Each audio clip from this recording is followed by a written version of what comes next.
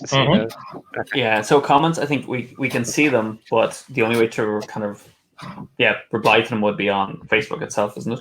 Yeah, there is actually a little chat channel accessibility thing that I've got here as well. I'm going to pay attention to you guys. I'll lead the charge, as it were. Cool. All right, let me. We're going to get hecklers. Be sharing. Yeah. In the form of Tony Boydell. Oh, okay, great, excellent. Look forward to that. It'll be fine. Link.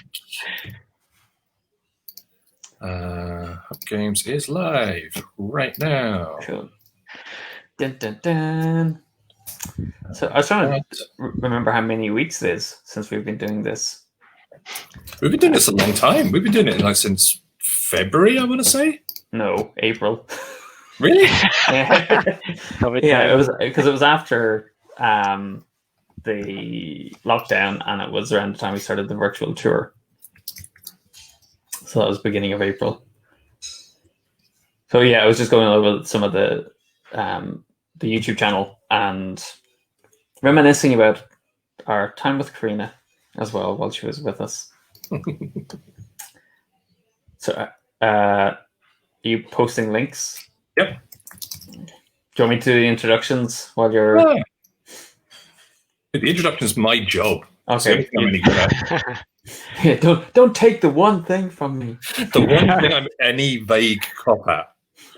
So is this live streamed, or is there a delay, or how does it all work? No, it's live. It's live. There's like 20, 30 seconds. Okay. That'd be all right. I'm just kidding.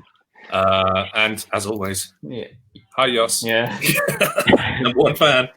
Jos officially has the title of our number one fan. Should get him a t-shirt. Yeah. All right. So. So while he's doing that, Matt, have you actually been playing any games recently? Well, we're going to talk about that. Oh, start thinking about it. What have I been playing? There was actually. All right. Okay, go, Michael. Things have been shared. Links have been dispersed. All right. And I'll kick it off once Rory has supped his tea. That's me done. Good. Good to know. All right. It is just gone 7 o'clock in the UK. It is, doing my time, 11 o'clock in the morning, Pacific Standard Time. See? Daylight time. Daylight time. Oh, daylight time. PST, PDT? I don't know. PDT. But yeah, anyway, over on that side of America, and it can only mean one thing on this lovely Wednesday evening, where we are about to be hit by apparently a major storm, Rory? I don't know, we'll see. Yes, Team Talk. And as ever, I am the inevitable, the indomitable. Is that even a word? Probably. Michael. Over there is the incorrigible Rory. Hello, Rory. Hi, Michael. How are you? Good to be here again. I hear you've got pains. I do. So you'll notice me moving a lot during this because I'm standing up. Yeah. Also your camera is like way tilted up so we can see like another half of your games. Yeah, I thought, I think each week I'll just move to a different part of the room so you can see the game collection. And then at the bottom, of course, the reason we're all here, the reason we exist, and the reason that many of us are blaming for the current state of the world, or at least how we are handling the current state of the world, because he's trained us for this, people. It's Matt Leacock. Hello, Matt. Hey, everybody. It is lovely to have you here. Thanks for having me. Yeah, it's going to be a thing. It's going to be an event, and we're going to be talking about a wide range of stuff. But not the stuff that you normally get sort of like pressed for. So, Legacy, off limits. Legacy is banned. Make my job a lot easier, yeah. Well, we might cover it a little bit. We'll see how it goes.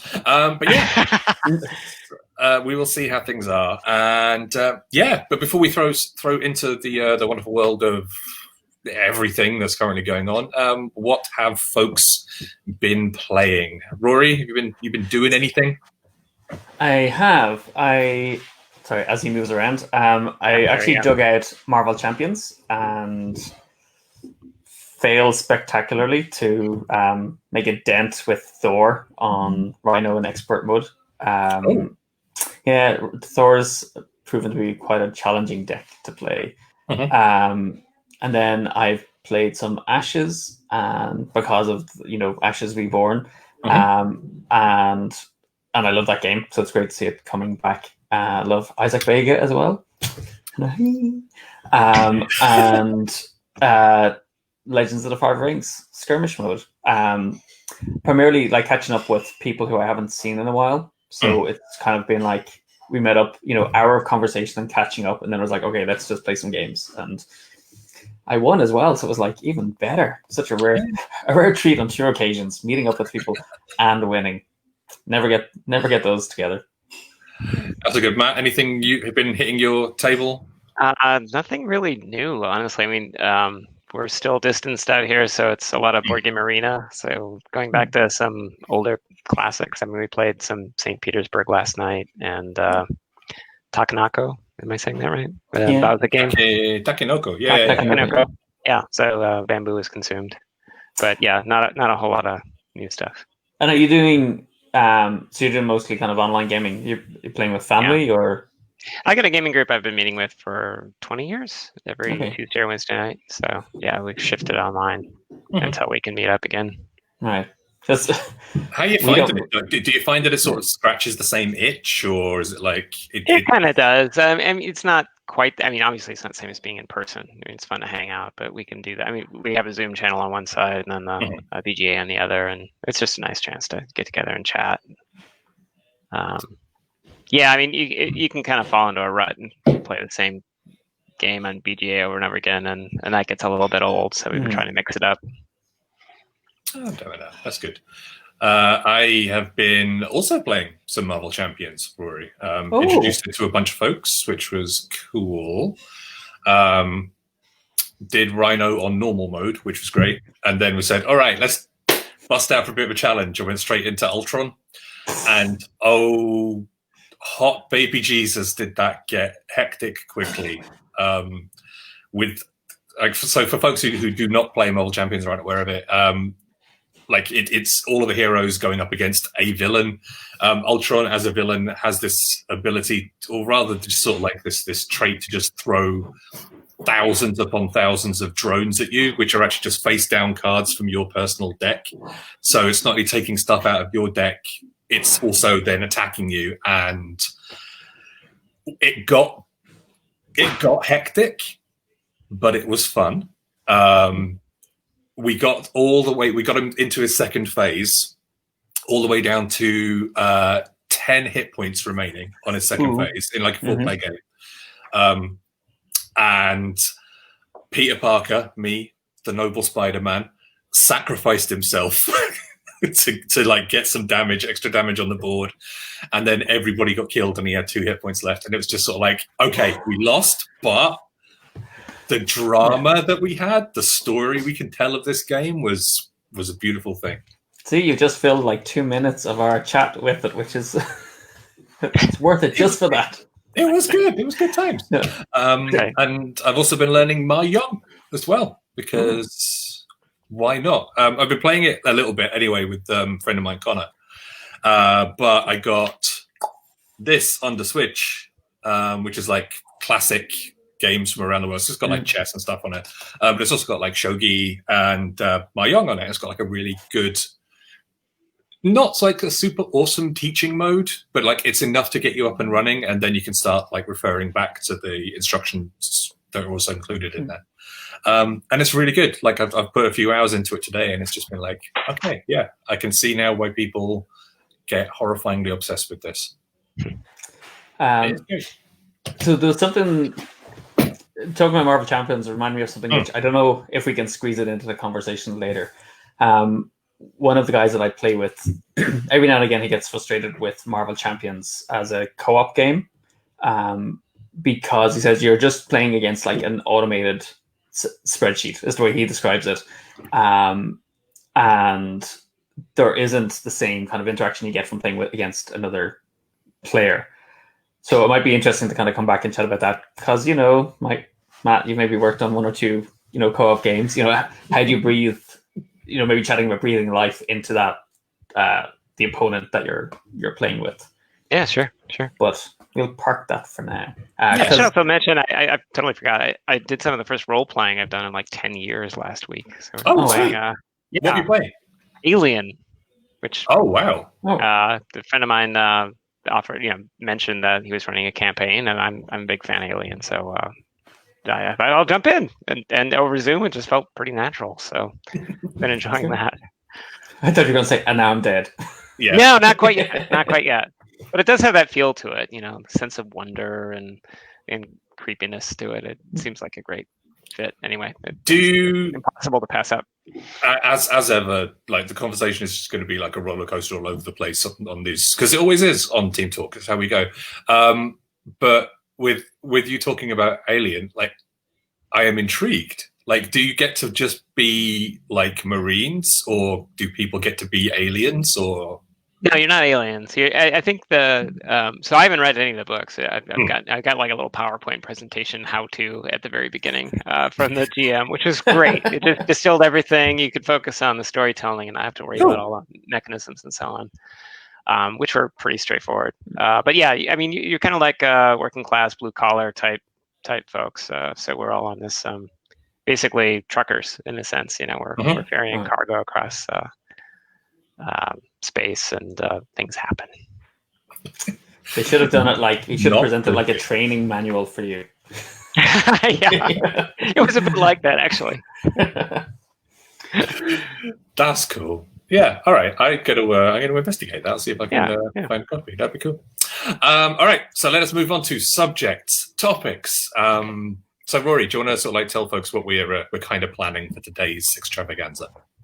Yeah, well, again, just trying to avoid the normal questions you might get asked, Matt. I know we've chatted in the past like about playtesting and prototyping and game design, so I thought it'd be interesting to kind of do that in a more public way with people. Sure. And hopefully I might have something to share. I know you do. But yeah, just to kind of go across those topics in terms of like game creation. So from game design process through playtesting, and Michael, I know you were talking about prototyping because we share some of the same kit as well, like Glowforge, which is amazingly helpful. And I know you have a 3D printer. I don't have a 3D printer. I just have a Glowforge. Oh, okay. So I thought you have 3D printers, Rory. You just don't have them set up because they don't work. They don't work. That's why I don't have one. I've given up on both of them. Yeah. I dived into our Erin's laptop yesterday. Like the back was off and everything. Like there was screws loose. This was happening. Bring it over here. I'll have a look at it. I'll get it sorted. It's too late. They're gone. Well, no, I've actually given one to someone who is a kind of a dabbler in, really handy with electronics. So they said they'd try and fix it for me. So in terms of questions, maybe I suppose we'll start with like the sequence then. And we'll jump in with prototyping, I guess. Michael, you were kind of keen to know about prototyping. Yeah, do you have a question?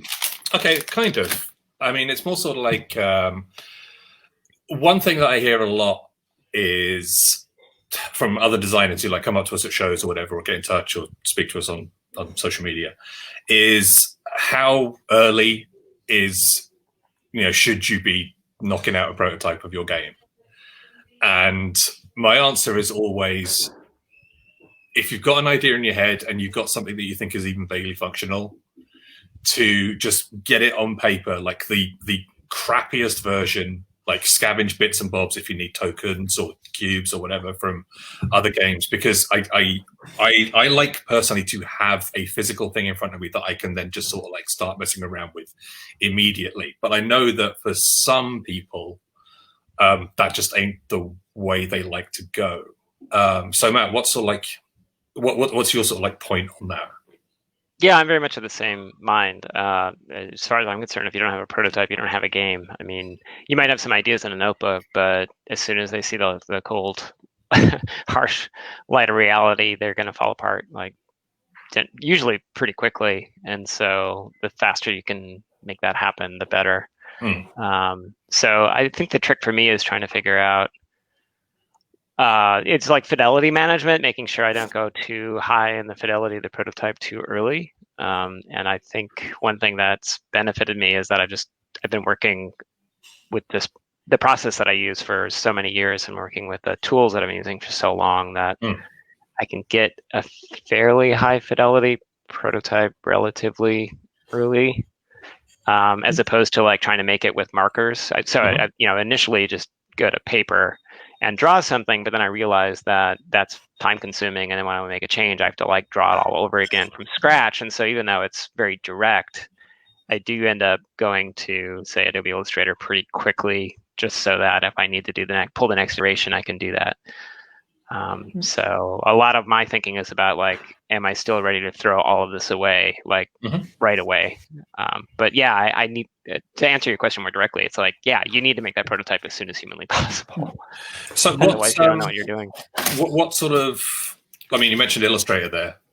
What other sort of like tools are in your like virtual toolbox essentially? I mean, it's a pretty shallow kit. I mean, Illustrator does a ton of stuff. I've got that, and then for managing data, it's a combination of Google Docs and Sheets. So I often work with co-designers or developers. Almost for every game, I've got some type of collaborator, right? So it's good to have live documents that are continuously updated and shared. If someone sends me like a Word attachment, I want to just throttle them. I can't handle that anymore.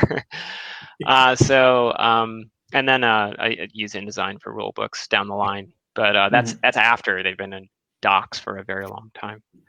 Yeah, I think the introduction of Google Drive has been a godsend for an awful lot of designy folks. Everything is continuously synced, so if a change happens on my end, it's changed for everybody else. Yeah.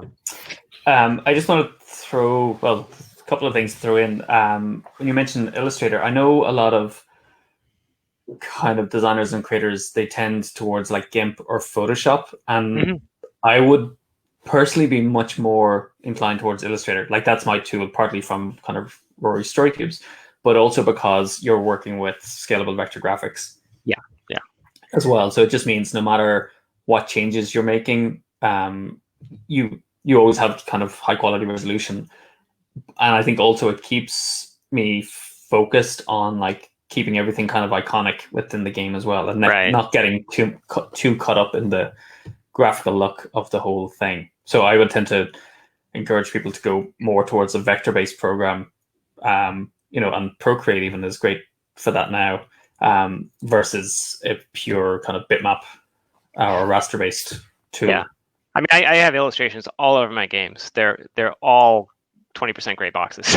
I mean, it's just like, this is where the illustration goes. And, I work with the publishers, but generally speaking, when I hand over a prototype, that's left to the design team and the illustration team. The icons, though, are continuously improved throughout the course of play, because I feel like that's interface. That's how you comprehend the concepts. It's like the words on, it's just like visual words. So I'm continually improving those, and so I generally put those in as symbols. So if I need to make a change, it just changes everywhere. And I'll have game sets where I'm working on one right now. It's got nearly 200 cards, and I've thrown out that entire set of cards, I think like 3 times. Every time we'll generate something, there'll be a bunch of improvements. I'll have to pull a full set of cards. That's cutting them, sleeving them, doing all that kind of stuff. We'll play the game one time, and then we'll go back. It's just it's a pain in the ass, but it's sort of like the best way I know to improve the thing, despite all the labor.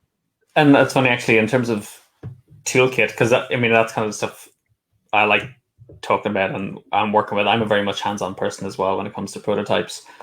Having a decent and I'm going to forget the term for it. Oh my god, I knew my brain was going to go today. I'm going to call it like the swipey cutter. Paper cutter. The rotary one. Yes. I find that so much faster than myself and Michael have this discussion between just using like a ruler and a blade. For me, it's great for detailed stuff, but for doing cards, using a paper cutter just allows you to kind of like stack up paper and get to them really quickly. And yeah, when but you're it doing those big never decks, works. it does. I don't. Doesn't. I'm so finicky, but I never stack it. I was just like one sheet at a time because I can't handle it. Yeah. See. Okay, so Matt, that is So why. you're making a prototype. I know. I gotta use it one time. The edges. My kids give me a hard time about this. Like, it's a prototype. So I actually do end up paying Anna sometimes to do cutting for me. She's very good at it. Actually, children are really great for like helping with prototyping. Right. So summer job kind of stuff. Yeah. It's wonderful. I was going to ask, like, what idiot, like, because I know everybody has them, but what idiosyncrasies do you have when it comes to like prototyping? So I have two that I know just drive Rory up the damn wall. One of which is individually cutting cards out with a blade and a metal ruler, and number two is building everything in Photoshop because because I never had any sort of like computer design training. Like everything I've done is self-taught, and because when I was coming up with stuff, Photoshop was the only thing that was available to me at the time.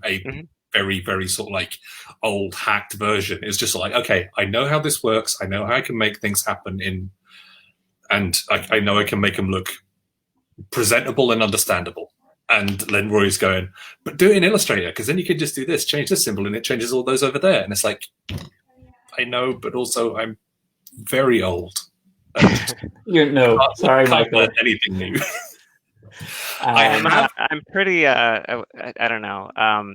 Just over time, I've lost patience with myself, like doing things in an arbitrary way many times. So if I'm laying something out and I've got to do a step and repeat across cards, it's always done numerically, because if something's off, the imprecision like spreads like a virus through your document, and that just drives me crazy. So I move everything with step and repeat and numerically with dialogue boxes, and I'm very old school in that regard.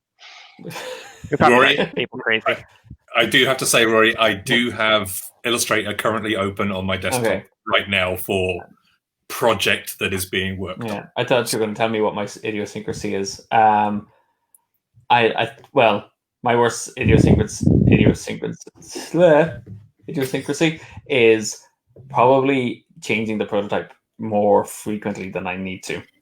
You know, that I'm like, okay, there's a change, and then I'll like implement it across everything and do the whole new one, when I probably could have waited a bit longer to do it. But I kind of put it down to just mental, catering for my mental health, because there's something zen about building a prototype where I don't have to be the boss of the company for just that hour where I'm like, cutting everything together, and it kind of takes me back to my art school days as well. So I actually think there is something quite chill about, just building, just cutting the cards, sleeving them, cutting tokens or whatever. It kind of gets you into this is going to sound weird, but like into the guts of the game. It's like, okay, so I see that and that go there. It's just quite a nice process. You spend a lot of time with it too, and you internalize it. And you, it's not some abstract thing. You're really getting your hands dirty with it. Yeah, and I'd say this probably ties in, like, because you've got a lot of like user interface experience as well, Matt. And so Anita and Wood as well. And I find I talk to a lot of people who are, I'd say, at the spreadsheet end of game design, where like they're working out all the numbers and all that kind of stuff. Whereas I have to see the pieces interacting. I can't think about the game in numbers. I can think of it when I play it, and I go, something feels right or doesn't feel right, and then I try to figure out what the numbers are. And Michael, we'd have these conversations quite a bit where mathematically something might make sense, and I'm just like, no, that just conversation.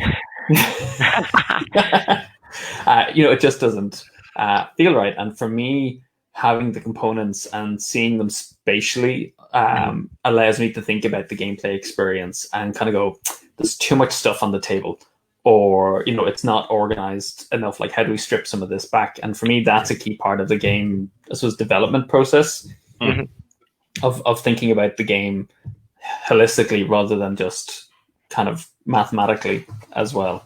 Yeah, I mean, you can think of like sketching and prototyping as almost like a dialogue between you and the pieces, right? You put them down, you look at them, you react to them, and then you iterate that way. And it's I think it's harder to do that with a spreadsheet. You just see it all kind of it all kind of blurs together, at least for me. But I know what you're talking about. You can look at it through both lenses. Right? Yeah. We have a comment from John who says, I worked in Photoshop for years. See? Good boy.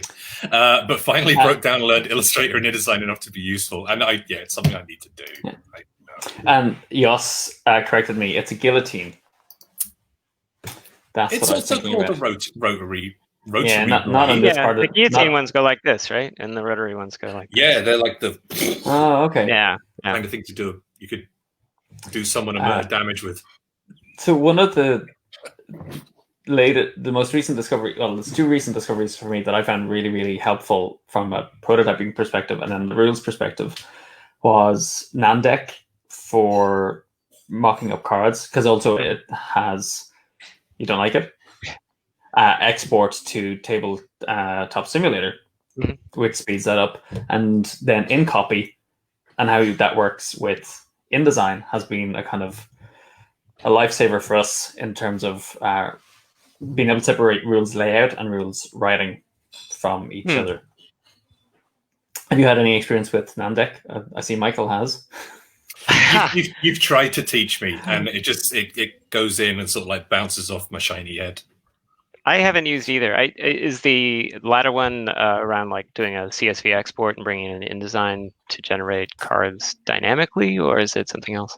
So it's used largely for rules writing. I haven't tried to use it like for card creation, but essentially you block out areas of text and you assign them like a story. And then when you open InCopy, it basically shows you that heading, and it allows you to write the text into that story. But it'll tell you when you're overflowing the word count available in the box area that you've created. So it's a really good way of making sure the text fits into the area that the designer has said. Write whatever you want, but it has to fit within this right. space as well. Yeah. So for getting to kind of later stage refinement, it's a really useful tool, because the designer is like making all their changes and fixes, and you can be editing the text in InCopy without everything getting confused between the both the layout and formatting and the text itself. Got it. So we use that on Prismarina actually to great effect. Oh, cool. I haven't tried it out. I generally prescribe the text area based on, typical bleeds on typical card sizes and try to set a rule that I never go below like 9 point myriad, and allow some room for expansion for localization and that sort of thing. But I haven't used any of those tools. Man, Winnie would love working with you. John actually puts a shout in for the Component Studio from GameCrafter, which I'm having a quick look at as well, which seems to be like a really nice simplified way of formatting cards and tiles that are just like variations on a theme. So yeah, that looks really nice. So we'll have a look at that later. Cool. So, well, for me, like Namdeck is a free PC-based tool, which through a little bit of jiggery pokery you can run on OS X, and you can hook it up so you can import a spreadsheet from Google Docs, which is great when you're collaborating with other people. Very simple kind of layout tool, but you can essentially assign fields to the different text boxes and pull them in from the spreadsheet. But you've also got the kind of programming element for like kind of repetition of cards for coloring them, and there's a lot of really fancy stuff you can do for creating tiles and things like that, but I only ever use it for cards.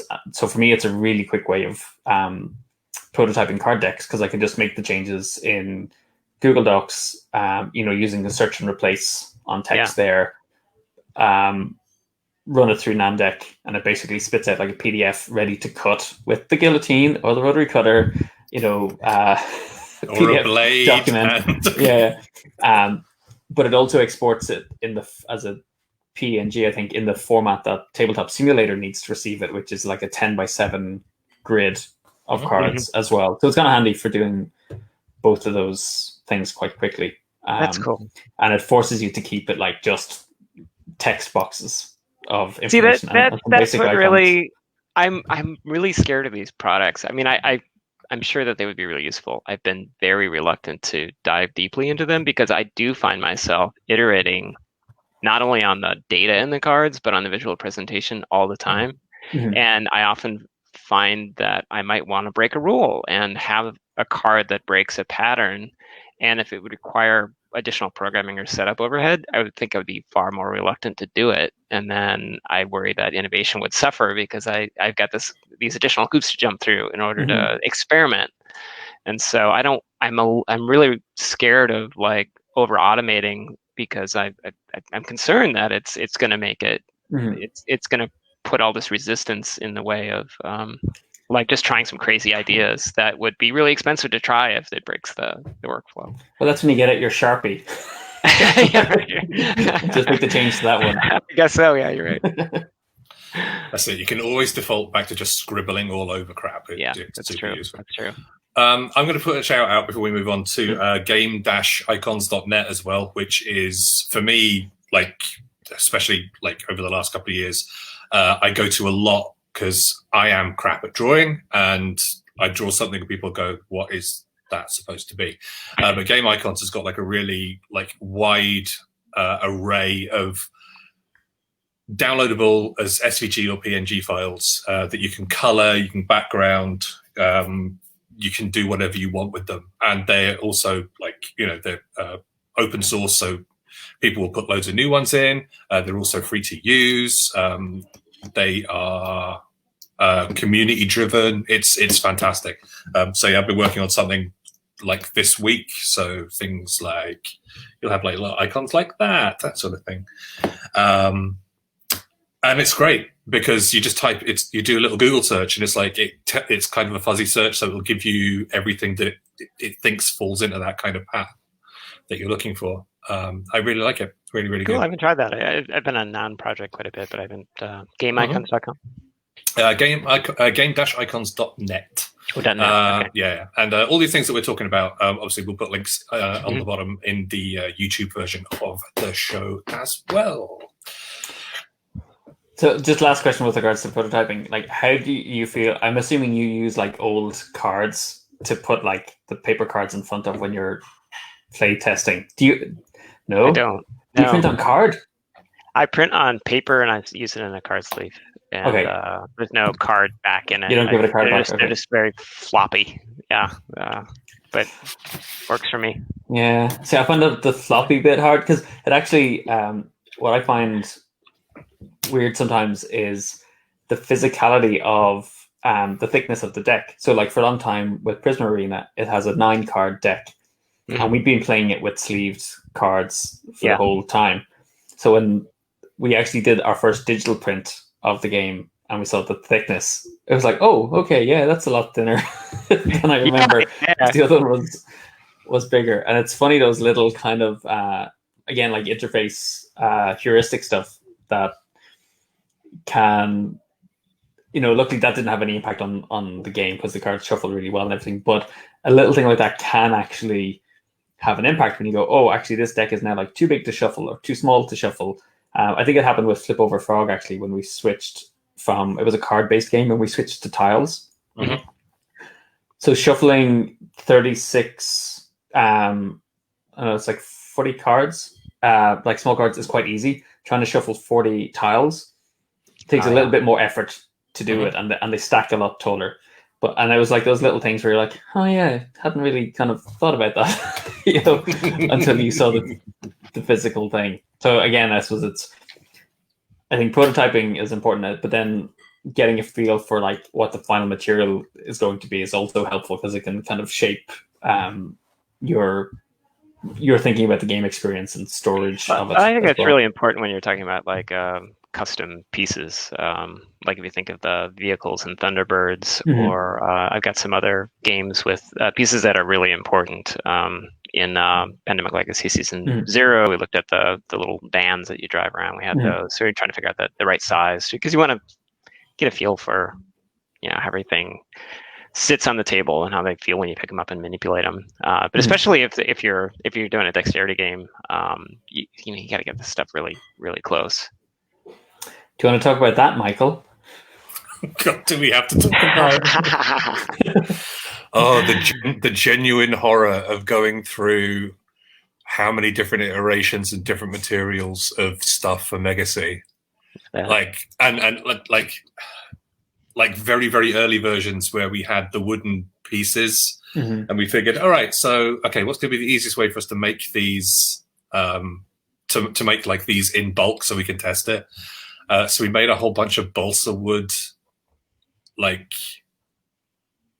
balsa wood pieces of like the Tokyo Jitaku pieces that then eventually became the Mega City ones, and they had no weight to them at all, and it was just sort of like, it was not right.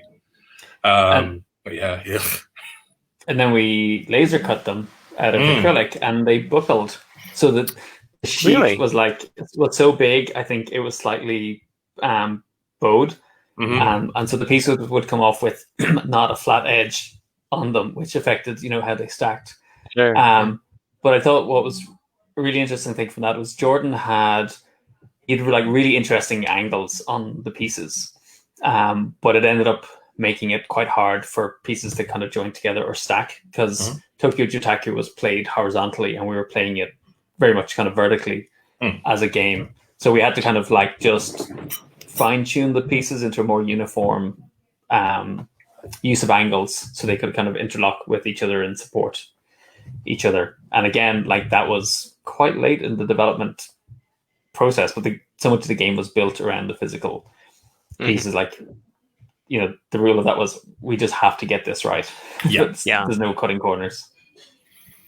Oh, but when it worked, Rory, Thing of beauty. It is a thing of beauty. Well, actually, we actually kind of have a comment from Yoss who says, how far do you go into the prototype artwork to get a feel of the true feel of the game? So, Matt, how much you mentioned earlier, like grade 20% boxes, that's it. Do you put like any sort of like arty stuff into your early versions? Very, very little. I'm thinking of a co-op game I got right now that I'm developing. We put in some placeholder art for the roll cards, but that was it. They're just representative images that we found on like Google image search to be swapped out, just to give the illustration team an idea what we're thinking about. But that game will probably have, I don't know, probably neighborhood like 150 illustrations, and there are, I think we've got 6 in there, and they're just placeholders. So I don't do much of that. I really am looking to make sure that the feel of the game through the mechanisms and the dynamics and all of that are working, and so I can kind of like separate the presentation layer a bit and really work on the emotional kind of stuff, knowing that I'm typically working with these really great development teams that know what's going on, and we'll prepare a separate document, like a design brief, that talks about and I think that the brief for this game is like 12 pages long. It just talks about, this is the characters, this is what makes them up, like bios for all the characters, and then a lot of description as to all the different types of equipment. And I can't go into a lot of detail, but it's a multi-page document for the art team to use as like a brief for their illustrations. But we don't bother to create that stuff so much. We'll do reference imagery, like it should be like this but not like that, short of a mood board. But it's not actually in the game, which is kind of interesting. So it helps to have great partners that really know what's going on, and have good designers and illustrators that you're partnering with, so that you trust, and that I've just been fortunate to be able to work with teams like that. So I don't actually have to do all the labor of finding and sourcing that stuff. I mean, Rory, I know you like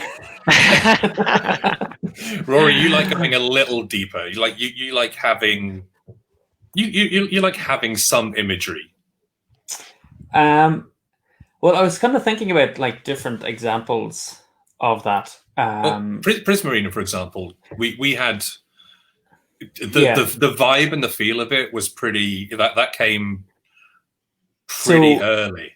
Yeah, so actually, I mean, it's a good one to talk about its kind of evolution. So when John Fury first when we sat down in New York and he showed me the rough concept of the game, we were using HeroClix figures. as stand-ins on a printed piece of paper that had a grid on it. That's kind of all it was, and probably he usually does handwritten cards as well. Then when I kind of took it, I started using Prisma or Cosmaster figures, and that was because I was trying to get the feel for if the characters were three-dimensional, what it would look like. And when we decided that they were going to be standees, I sourced they were going to have this kind of cute feel to them, so I was just trying to find some stand-in artwork for that. Usually I'm doing it because I want to convey something to the player of what the game is going to be like and the mood of it. So Prison Arena is meant to be kind of a lighthearted game, so I wanted to convey that through some of the aesthetic, because it gets you into the feel of like the over-the-top kind of craziness of the gameplay and the combos, which would have been quite different if we'd dark figures, or if we just had normal human proportioned figures, and that could kind of turn someone off because they'd be thinking, oh, it's like those every other kind of serious arena game. So that was kind of, I think, for me, crucial. And because usually I'm pitching a game quite early to a distributor as well to say, look, this is what we're working on. Yeah, I need to convey to them the tone of the game, and having some kind of graphic element, I think, helps in that regard to say this is the direction we're heading with it, even if it's not the final thing. It's helpful for the conversation. But in contrast, then, I think I kind of wanted to get you to talk about Holding On, because do you remember working on the early kind of like tableau aspect of that game? What we used for that? I mean, I've put a lot of that out of my head. So I remember a lot of the links between the cards. So like we had this whole freaking system of shapes and things that would have to be linked up, and it was it worked, but it didn't feel right. It didn't feel. But it was. I mean, if you remember, it was essentially a row and a number on the cards to indicate the kind of this 5 rows and the 6 cards in each row.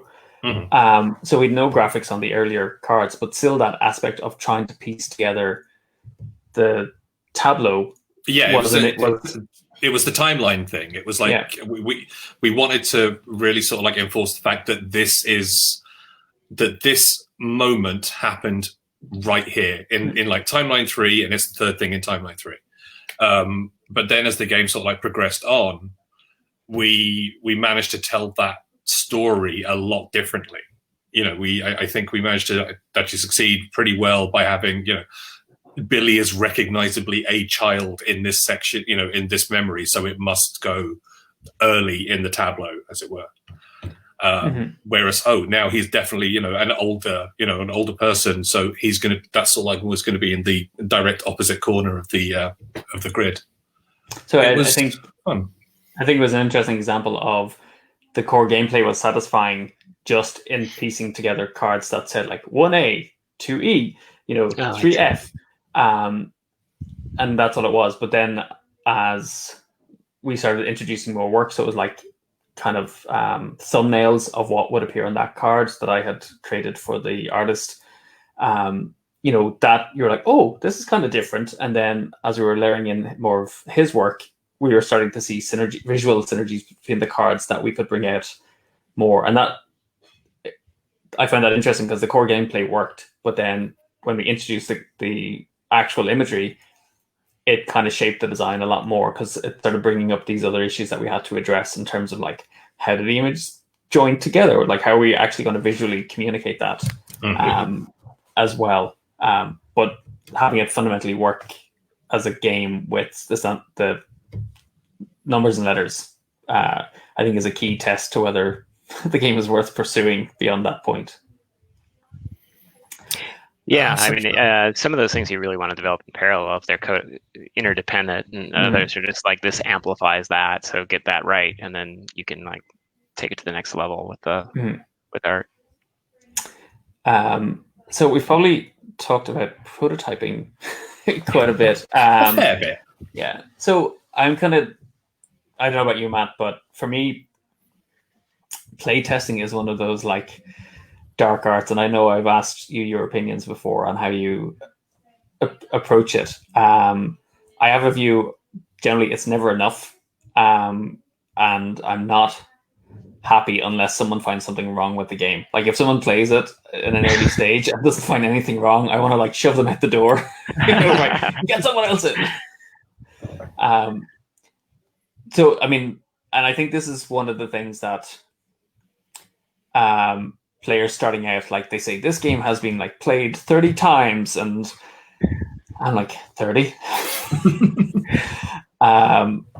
What's your kind of your take on playtesting? Like, what's a good playtest number for you, or your like, what's your mental minimum that you have to do for it's really all over the board. I mean, there's some systems that are fairly proven that don't actually require a whole lot of testing, and others, it's a real gauntlet. And if I'm cooking up some sort of new core game, some new core system, it can be a lot of work, and it changes dramatically over the course of the development cycle. In the beginning, it's like dark arts, you don't really know exactly what you're doing, and you're testing it with yourself, and it's hard to differentiate design from testing. You're putting something on, you may not even know how a complete turn operates, and you're experimenting with just trying to find the structure. And eventually, I think you can. But one of the milestones I get is like, okay, can I describe a complete game and make a call on what the numbers are, and how the whole thing works, even though I know it's going to be wrong. I just try to get out of that fuzzy thing where it could be like this or it could be like that, and just make a call and just sort of assert that this is how it works, because then I can actually get a different type of testing in. I can bring in other people, and we can see, hey, is this thing holding together or not? But I mean, you probably met with other people about like the concentric rings going outward from, you start with yourself and then bring in a couple other trusted collaborators, people who can deal with tremendous amounts of uncertainty and are not playing it to try to have fun. They're trying to, play it in order to help you develop it. And then gradually you have a complete game where you can, actually watch other people play it. And then I spend a lot of time in the outer rings where I'll mail the kits out and just do blind testing with video. I do a lot of that, and I find that works really well for the types of games I work on primarily, which are a lot of co-op games, which have a lot of communication. Concerned about the emotional journey of it, and I typically focus a little bit more on the the stuff that you can get anecdotal feedback, and it's really valuable, as opposed to, say, maybe a deck building game where you need a lot more quant data, where this would not be an efficient way at all to play test. But I find that extremely valuable, just watching people and not necessarily asking them questions at all, just seeing what their natural behaviors are with the game that you've shipped them.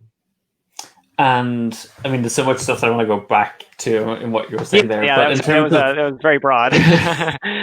In terms of like starting out, because you're Matt Leacock, you've a lot of visibility. So if you kind of say, "Hey, I'm looking for playtesters," there's going to be a lot of people at least offering to help, I imagine, with playtesting. So for people with like a smaller reach, potentially, like how did you, talk about us, just trying to hide it. How did you kind of build that up over time, or what were your early approaches? I mean, I don't think it's all that special or all that different from most folks. I mean, you look at your network of friends and family, or friends of friends, and then that's been supplemented by going to conventions, and then social media helps quite a bit. I mean, some of the danger is you only recruit from hardcore kind of gamer audience. I mean, depending on who the game's targeted at. Like I often try to do crossover games, so I have to look in other areas. Like when I was doing Mole Rats in Space, is a game for kids that are 7 and up. So I spent a lot of time at the on BGG. Local. Yeah, right. BGG. Yeah, I turned to Twitter for that. No. There's a local after-school program, and did that. But even there, they were pretty heavy into gaming. So I think it skewed. I think this game skewed a little bit more challenging than it might have if I was looking a little bit more general population. So you really have to be careful about the population you're choosing to look at the thing. I just picture outside this.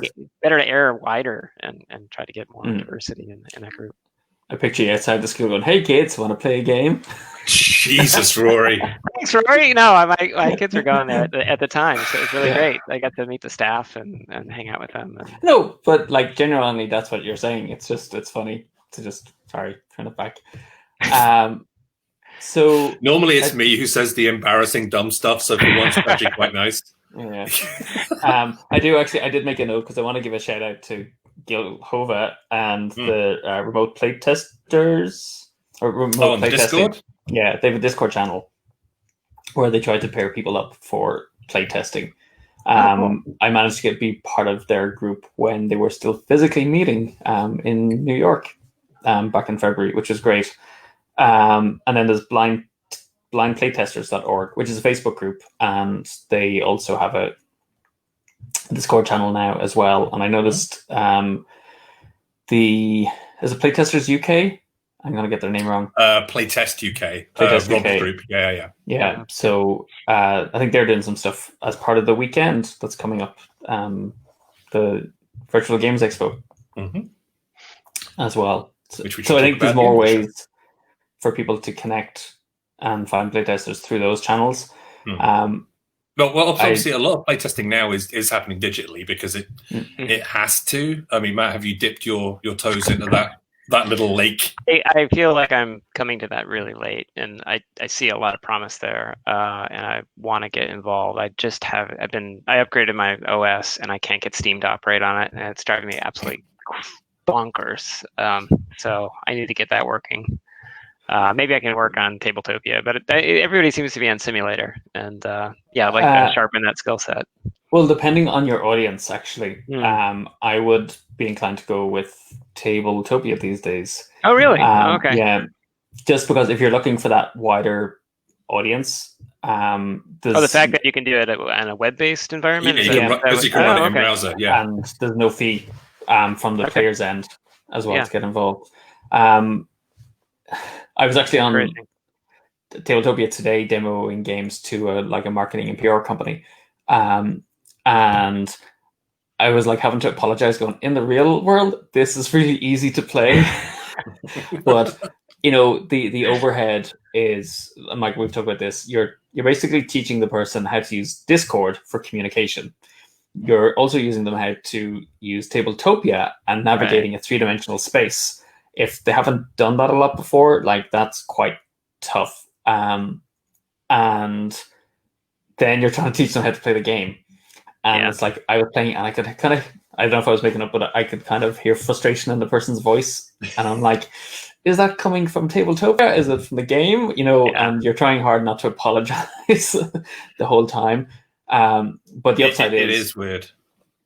Yeah, I mean, to be clear, I think I would be using it to work with certainly my co-designers and then early development folks. But beyond that center part of the ring, no, I'm going to mail them a copy. Because I learn a lot of stuff from the physicality of it as well.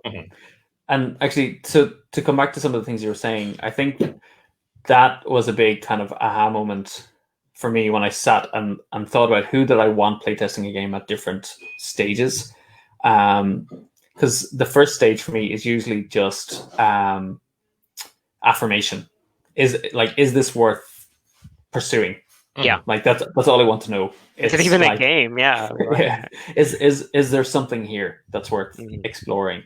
And then it's like you're saying, it's the kind of more people who are willing to deal with ambiguity and see potential in the game and give feedback on that. And then later stages, because I realized at some point I was bringing in families to play games too early. And that's a horrible experience for them to have. But now there's a family in particular who it's like I give them the rules and I give them the game, and they sit down and they're great at giving feedback at the later stage of development. So for me, kind of realizing it and that you need to break the playtesting down into different stages and almost like find people who fit into each category. Yeah, right. Is really important, because sometimes people are giving you feedback on the mechanics and you're like, no, I just need to know are the rules clear. Right.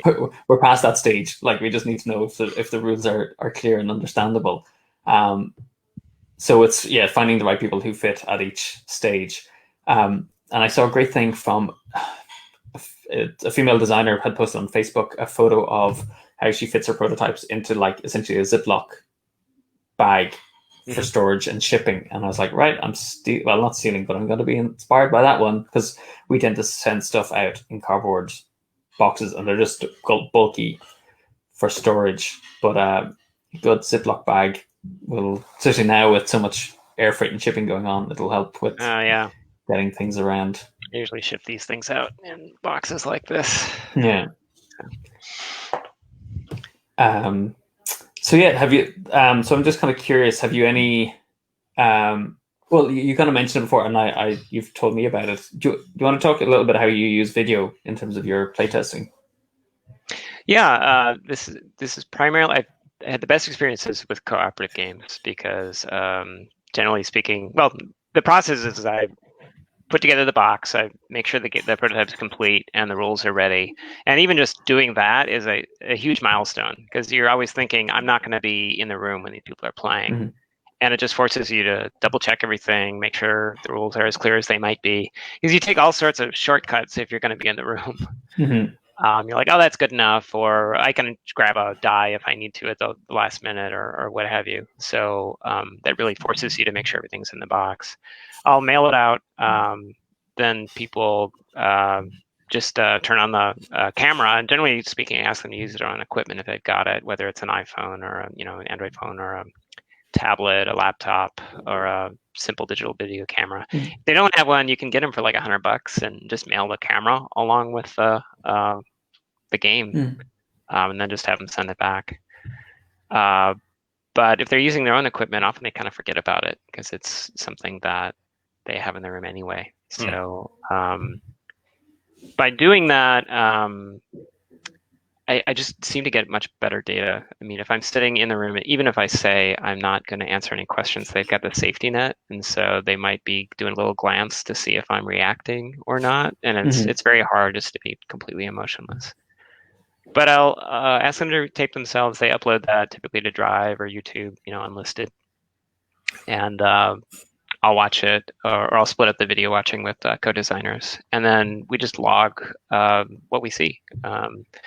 I look at all sorts of different types of things. Are they setting it up right? Emotional kind of journey stuff. Like, are they engaged? Are they distant? Are they interested? Are they looking at their phone? Comprehension stuff. Are they, every time they look at the rule book, I try to make a note of that and see if they're look at the terminology they're using. Are they using our terminology or some other terminology? Are they playing the game differently? Because maybe the game should work the way they're playing it. There's just no shortage of things you can be jotting down. But it typically goes down to like observations, just behaviors that I'm watching, issues like the game's not balanced or it's broken or there's a bug. A lot of different types of issues. And then ideas. So as I'm watching, I try to separate out new ideas from what I'm actually observing. So those get a different tag. And typically they're right after an issue. Like you'll see some sort of observation which sets context, and then you'll see a issue, and then I'll typically pause it and write down an idea just to get it out of my head so I can watch objectively again. Otherwise it just like clawing at me, there's this thing you need to write down and you can't pay attention. So these logs can be really long and extensive. And then we'll go back and look through the log, and typically the ideas and issues stand out, and those then get filtered into a punch list. Like, I need to do this, or I need to do that, or I need to examine that, or explore this. And I try to write that stuff in really prescriptive, like declarative language or imperative language. You must do this, rather than what is this? Because they're just more motivational to actually do. And so that process, send out the game to 2 or 3 groups typically, watch the video coming back, log it all, go through the logs, make a punch list, go through the punch list. That becomes the next iteration for the game, and then we ship that out again and keep doing that. Rory, I think Prism Arena was the first game that we really did video coverage on. Like that's the one we went in a lot on. How useful did you find it? Well, it was. I think I started using your game design document template as well, Matt, and trying to do more video recording. I don't think I was as successful with the game design document. You shared an early template. I don't even know what that is. Yeah, there was something you shared a while ago with a template, which we kind of started to modify in terms of, you know, the current state of the game. What were the outstanding issues that we need to look at, and, you know, what are possible changes, and just constantly tracking that as we went with each session. Until like 4 sessions later, I'll be like, oh man, I forgot to document the other 3, and trying to catch up on all of that. So to be able to go back and see where we implemented a change and why, like that, that's always been an important thing, which we hadn't been great at doing before. So we kind of really did that with Prism Arena.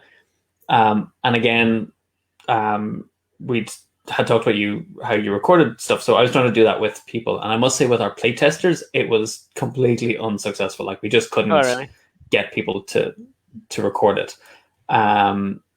So we would record ourselves playing, and I think we did bring in some people then, and we kind of had to get them into the studio, really, and let them play, and we'd go off somewhere else and be doing something else while they were playing, and we'd look at it afterwards at that point. But I think it's really crucial. I think the video feedback is great because you see those conversations, you kind of go, oh, setup is taking too long. Like, you know, how do we make that? It's all that usability stuff, and seeing where they're kind of questioning things. But I think my struggle with it has always been, I want to get more of it, but with remote players, that's kind of been a challenge now. And I think now that more and more people are using Zoom and communicating digitally online, it should make it easier for people to kind of go, oh yeah, I'll just like switch on Zoom and hit record session or something. And I didn't thought about that. Yeah, that's true. I mean, because it's potentially even a way for you to kind of, I was thinking you could set up a meeting with someone, because I think there's certain things of making it a little bit formal for people to just say, well, I'll call in to you and I'll hit record and just leave you playing. So it just means you're recording the game session at your end, and it means they don't have to worry about uploading it or any of that. Because I think a lot of what I tried to think about is trying to remove all those hassles for someone to play test. Oh, totally. That's a great idea as well. And you could like leave the frame, leave the room, and say, hey, I'm not watching at all, you know, and they can look up and see that, you know, you're not in the you're actually just sitting like right to the side. There's a mirror in the background and you're staring into the mirror, and it's just like some sort of like creepy Oscar Wilde bit. Yeah, that can be a hassle. I mean, one thing we had to tell people, we learned that we really had to tell people is like, oh, for the love of God, do not record in high definition, because we had some people do that, and uploading, you know, this is going to take me a week. So I had people mail me, you know, little SD cards, because it was faster than uploading. So yeah, if you do tell people to do that, I think your idea of using Zoom with record is really good. But short of that, don't have them upload high definition video. It's horrible. Bulky VHS coming through the road, like, you know, exactly. Film canisters. Yeah. I also think that you mentioned, you know, recording the pair of the problem with the solution is important, especially when you're working with co-designers or developers. I find it, you know, when I'm working with a new designer or developer, I find it pretty frustrating when I just get a batch of unsolicited ideas, just a shotgun of like, here's all these ideas, and you're like, well, what do I do with this? Why are you suggesting this? Where does this come from? You know, we could do that, but we could do lots of other things too. So if there's like a context and then a specific issue followed by the solution, I'm like, okay, I totally get it. So, and this is probably, I don't know if it's... Alex is getting the Betamax camera out of the closet for the next casting. right. Super 8. This is, well, it's not quite confession time, but like for me, I know. Confess, Rory. Yeah, I'm very much prone to moving on to the next thing. Like, I have that idea, you know, you want to move on and keep doing things. So for me, documenting is really, really hard. Like I have to really force myself to do that. And I'm kind of saying it more for anyone watching and to admit that I do this, so other people can catch me. But I've seen the value of like when you do actually take the time to record the experience at the end of the game, and what are the things that are niggling you. And I think the point I was trying to get to is that we all have different kind of, I suppose, personality traits and ways of approaching the world, and I think it's really important to find that way of documenting your game development in a way that works for you. But I think getting to the heart of like, here's the problem, that's the important thing to catch, and why I want to change it, and what the proposed solutions are, so that you can always kind of roll back to that point, because I think you always got to get back to what are we trying to solve here, rather than like what's the good idea. So like Michael, how are you for documenting? I know you keep extensive notebooks. I have been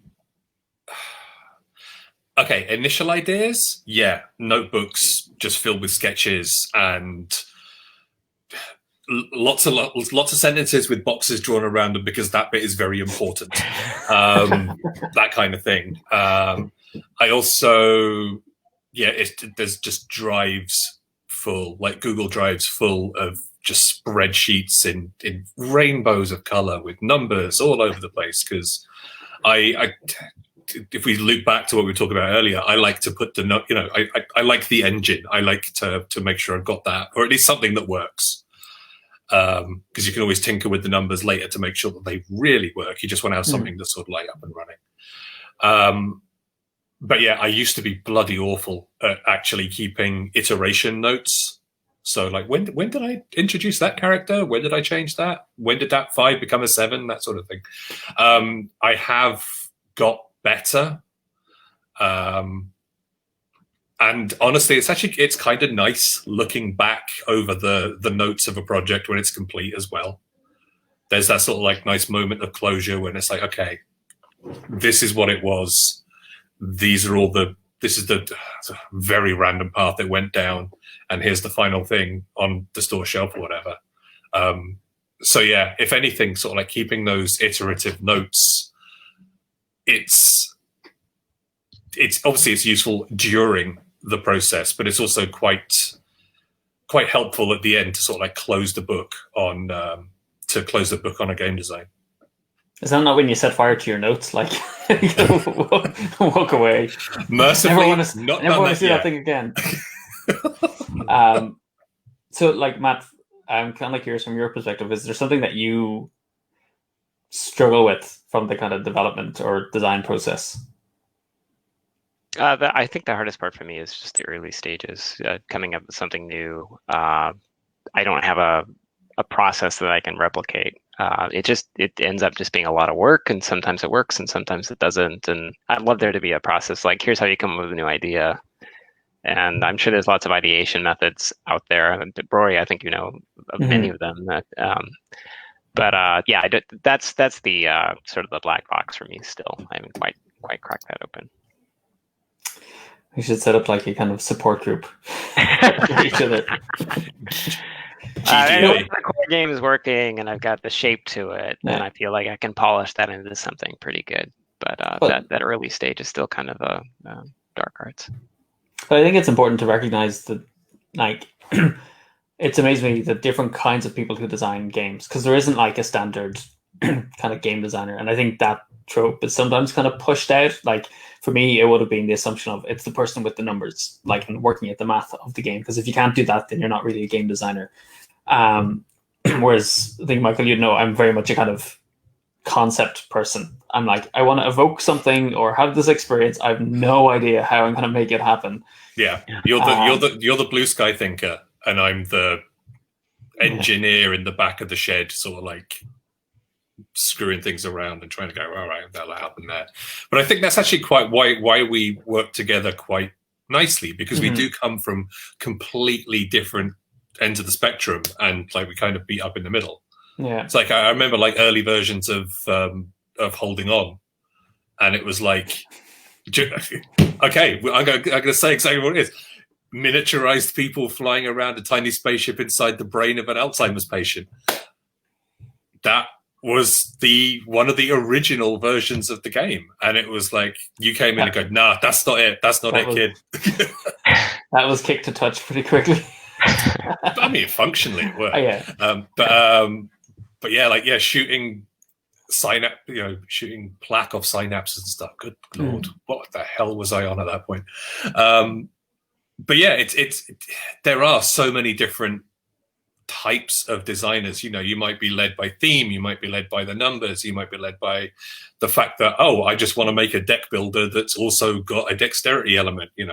Whatever, the choice is yours. We got a question from Alex, if I can jump in.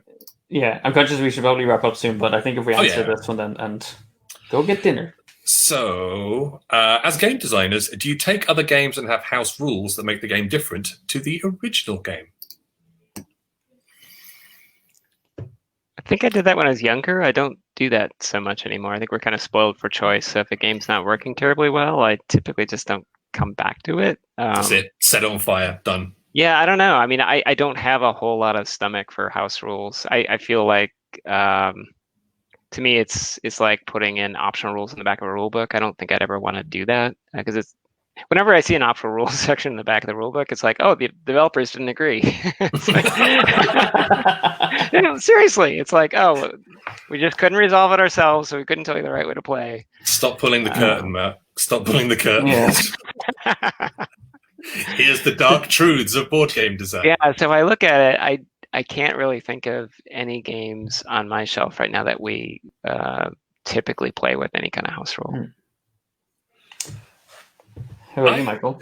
I think, Matt, what you said there about, when you're a kid, like you'll house rule games a lot because you want to inject the fun into it. And if you're playing in somebody else's world and you're not enjoying the experience, I guess it's like, okay, well, I want to have more of an entertaining time. So I'm going to house rule it to make it, we might not call it house ruling. We might just call it, making stuff up on the spot or whatever, but you are still, you're imposing your own will on somebody else's rule set. And yeah, I think I remember, hacking together a solo play mode for Hero Quest when I was like 9 or 10 or whatever, because I didn't have anybody else to play the damn thing with. Mm-hmm. But I think you'll find that a lot of people who would lead that charge when they were kids, who would sort of like come up with the ideas for suggesting house rules and stuff, I guarantee that a lot of the game designers that are out there now are the tinkerers that you would have 10, 15, 20 years ago. That's totally right. Yeah, or I mean, the kind of stuff that I would do wouldn't even be house rules. It'd be like, okay, that game's crap. I'm going to take the same pieces and I'm going to make my own game out of it. And so now, if I were to do that with something I bought, I'd be like, damn, why do I have to do work to make this good? I just bought that as a product. If I have to do that, then the product isn't good enough. And there's how many games that come out each year? I mean, I could probably find something better.